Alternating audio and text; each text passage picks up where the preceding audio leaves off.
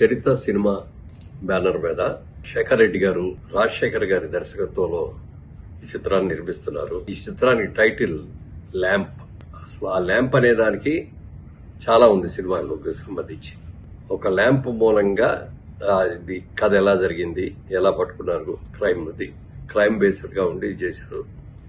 దీంట్లో హీరోగా వినోద్ యాక్ట్ చేశారు.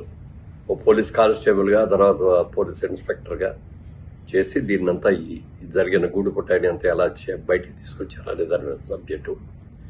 దీన్ని ఒక్క తెలుగులోనే కాకుండా తెలుగు, తమిళ్, హిందీ ఈ 3 భాషల్లో కూడా రిలీజ్ చేయడానికి కావాల్సిన ఏర్పాట్లన్నీ కూడా చేసుకున్నారు. సినిమా సక్సెస్ కావాలని మనస్ఫూర్తిగా కోరుకున్నా. ఈ మార్చి 14వ తారీఖున ఈ చిత్రం విడుదల కాబోతుంది. చిన్న సినిమా బతికితేనే చిన్న టెక్నీషియన్స్ కానీ, యాక్టర్లు కానీ పైకి వస్తారు.